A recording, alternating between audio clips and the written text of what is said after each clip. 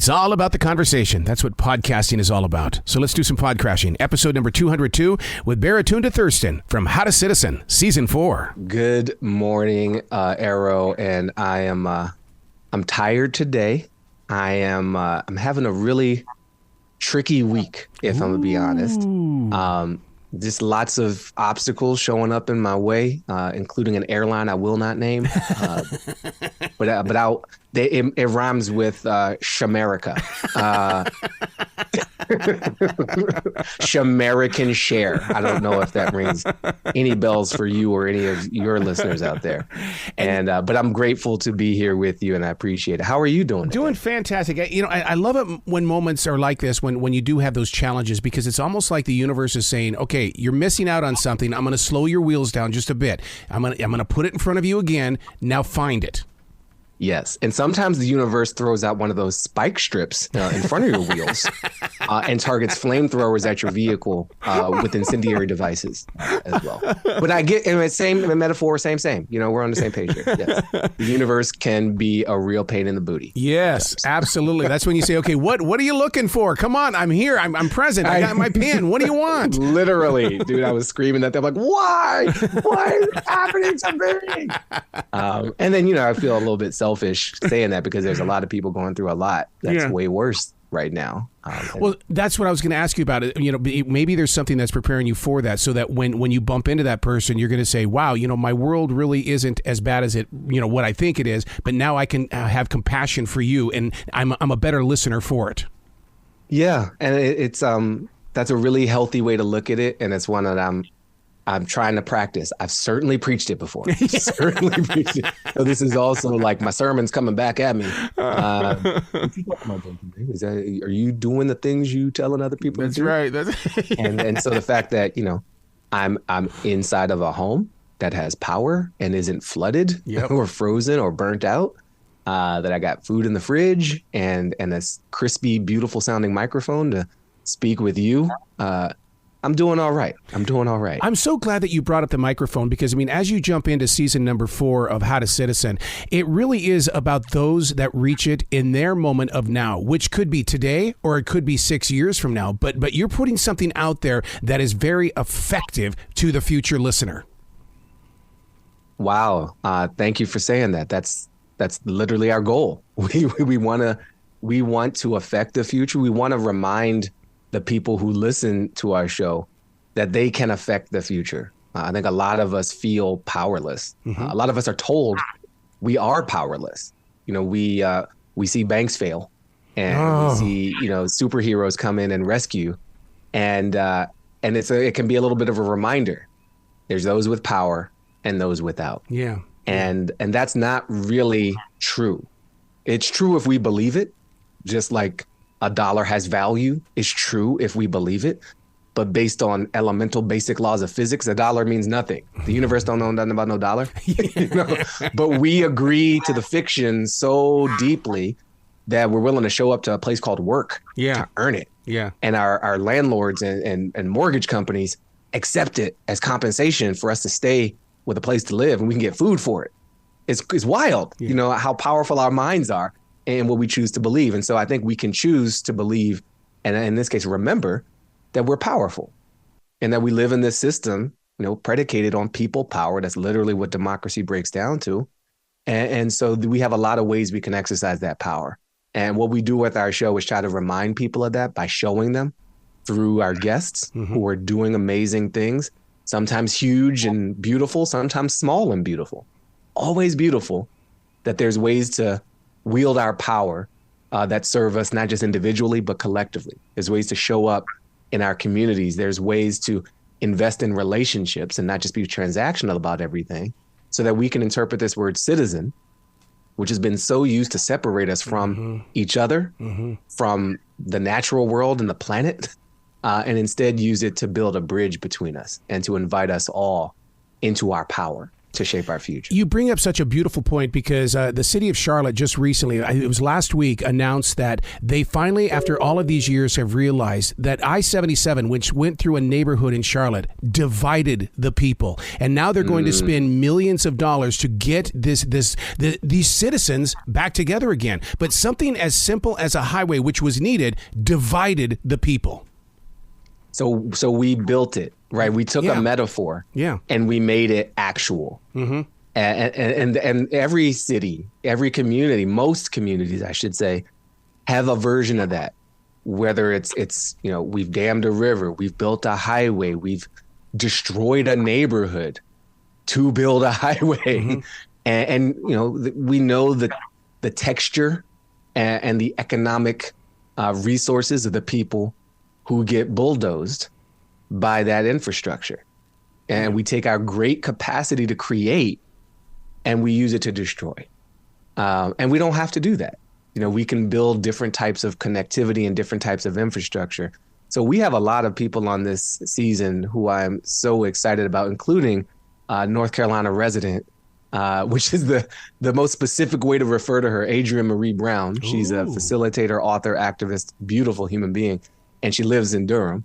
And she is the kickoff to this season, reminding us of ways that we can citizen in much more local, like even in our household level ways, which I think is so important because a lot of us feel frustrated at our inability seemingly to affect the quote unquote real power.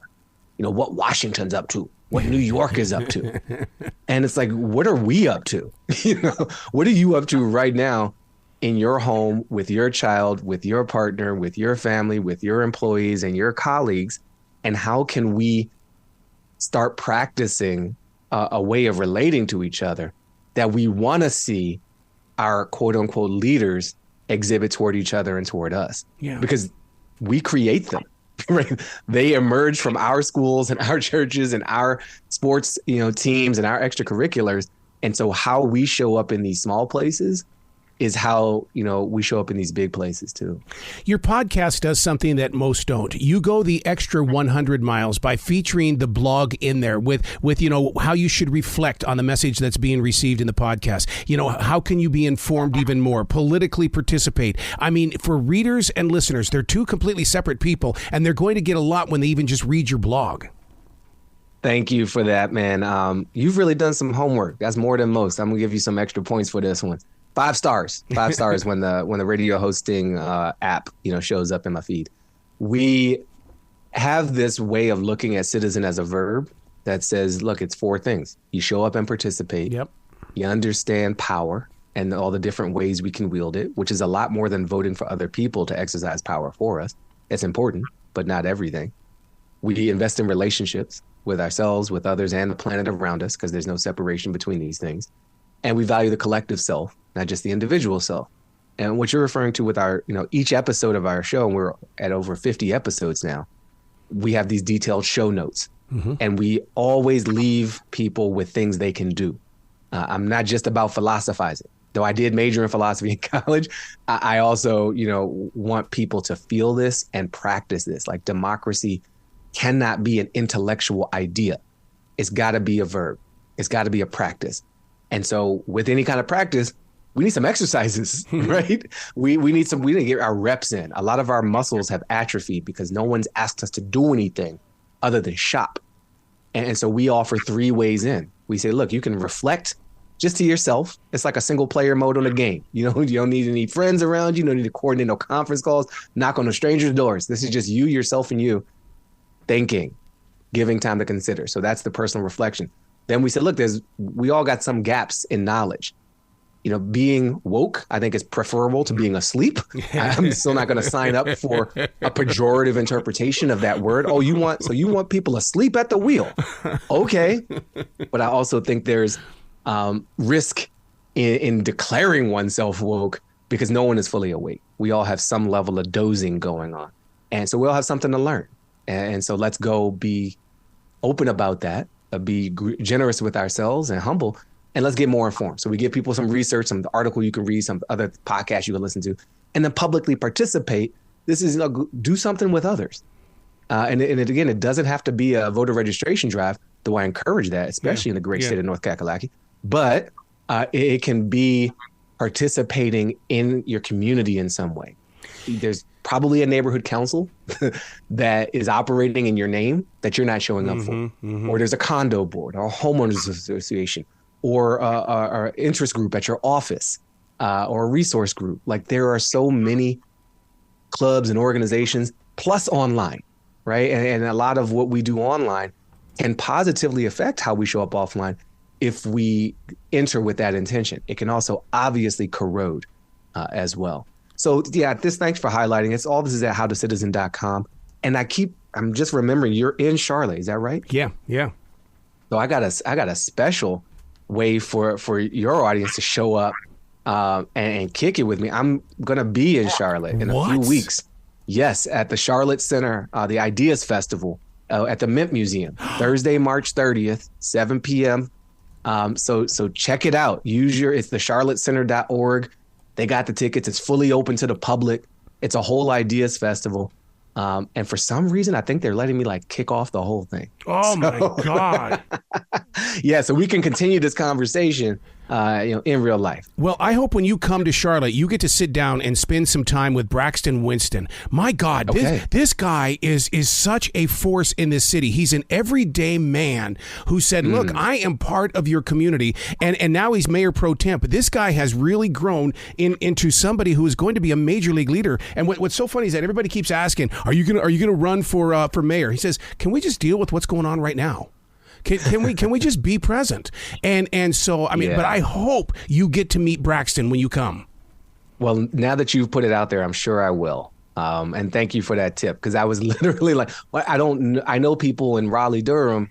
I don't know that I know people in Charlotte. Yeah. Well, now I know you, and I'm about to know Braxton. So we got a little party.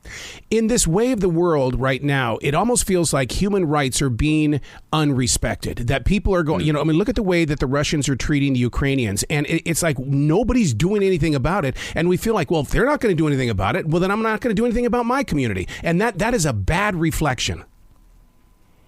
It is. I cited Adrienne Marie Brown earlier. She reminds us of the lessons we can learn from fiction and also from actual science, science fiction and science fact. And one of the science facts that's true is there are these patterns. You've probably seen them in beautiful repeating pattern art reflective of the concept of a fractal.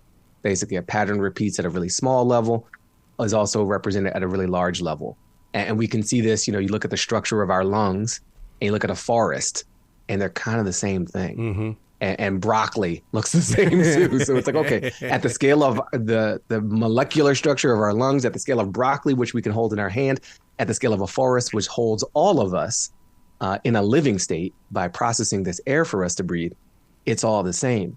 And so what we see over there, what we experience out there, to some degree, we also experience in here. Mm-hmm. And we're porous, right? That stuff can affect us and how we show up. The way a parent's behavior affects how a child believes they can show up, and vice versa.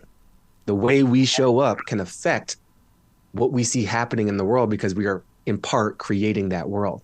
And so I want to acknowledge that, yes, the world feels like it's getting more coarse and harsher. And so that's an invitation for us to be more loving and softer with each other, to try to shift the direction and the momentum of that which we perceive into that which we want to perceive. And so that's a level at which we can approach these things. There's also are you voting though? And we need to do all of it. We need to be asking how we're spending our money, but also, is infinite growth the best model for measuring the success of an economy? When we apply infinite growth to cells in a body, we call that malignant cancer. And we do everything we can to shut that down, because it will destroy the host. But when we think at the level of economies, we encourage it absolutely without limit. And we are realizing that the planet has limits, that we have limits. And so we've unleashed an infinite resource burning growth model on a finite planet. and we're experiencing the results of that contradiction. So we've got to redesign the whole incentive structure around how we do money and how we value things and how we value each other. So yeah, Russia's acting the fool. They are being monstrous. And in some ways, in different ways, certainly less harsh for most of us, we have some monstrosity and some monstrous capabilities in us. And so how do we show up with love for the people of Ukraine? How do we show up with love for ourselves and the people who we find disagreeable in our own backyards? When you sit down in the same space with someone like John Alexander and he comes up with the question, what are you trying to do in the world that's so big that you need others? All of that would suck the air right out of my lungs, because I would have to have at least an hour of writing to come up with some sort of answer. Yeah. Yeah, John Alexander is my brother from another mother. He's a white British man, former ad exec, and I'm a Black American man, subject to many ads in my life. So we have like assailant and victim here. But John has written this beautiful book called Citizens: Why the Solution to Everything Lays with All of Us, approximating that subtitle.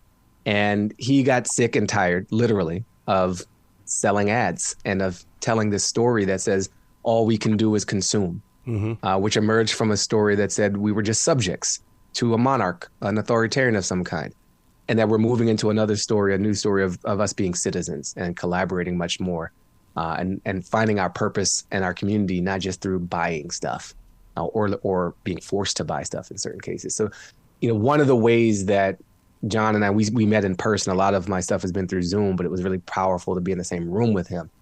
Is he said what you just said. One of the ways we can citizen is to ask ourselves, what's something that I'm trying to do that's so big that I need someone else to help me do it. That when you ask a question that way, because we're all propagandized to believe we're alone, that we have to pull ourselves up by our bootstraps, that when we don't make enough money, it's our fault, that when we get sick, it's our fault, that when we're doing badly in school, it's our fault. Not that, we should have a study group. We should have a healthcare system which doesn't punish people for being temporarily unemployed, or burden an employer with the healthcare of their workers. What kind of paternalistic setup is that anyway? So, like, I employ someone. I don't want to know about this person's health situation.